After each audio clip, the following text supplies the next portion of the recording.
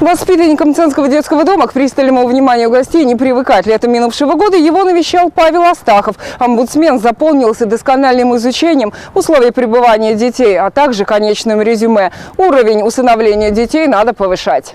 Нам удалось перевести динамику в плюс, говорит руководство детдома. Раньше в семьи уходили 5-6 детей за год. С началом 2013-го малыши стали чаще обретать новые семьи и возвращаться в свои. Уже 7 деток мы отдали в приемные семьи. В 13-м? Да, уже в этом году, да. И уже еще у нас 5 человек готовится на отдачу в семью. Условия для детей у вас не хуже домашних, отметил заместитель полпреда президента в ЦФО Мурат Зязиков. Экскурсия хоть и не была долгой, но гость успел осмотреть интерьеры и пообщаться персонально с воспитателями и их подопечными. Мценские малыши оказались не из робкого десятка и старались обратить на себя внимание гостя. Лица добрые. Домашние лица, домашние детишки. Оценил Мурат Зязиков и шаг орловского губернатора закрепить за каждым казенным учреждением куратора из регионального правительства. Но даже внимательные чужие взрослые не заменят ребенку семью, говорил Зязиков. Президентский слоган «Россия без сирот и детдомов» он понимает буквально. И сегодня отметил, она стала ближе в его центральном округе и в нашем регионе в частности. Каждый из этих детишек, они видят в любом заходящем папу, маму. Они вот берут тебя за руку, да, и не хотят, чтобы ты уходил, да. Это очень важно. И когда условия создаются на местах здесь, это очень важно.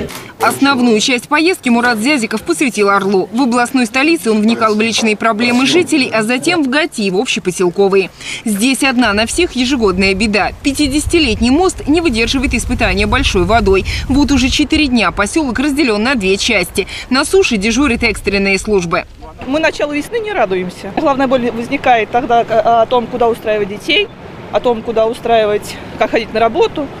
Прогноз самый благоприятный. Вода начала отступать. А уже на следующий год подобные марш-броски через Аку можно будет забыть. Есть основания все надеяться на то, что этот мост будет подвергнут реконструкции.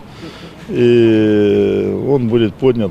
И для этого, по крайней мере, сегодня правительство Орловской области озвучивает данный момент. Губернатором принято решение в этом году осуществить первое, что проверить состояние этого моста, возможность проектирования на этом месте моста для того, чтобы со следующего года нам уже начать его строительство.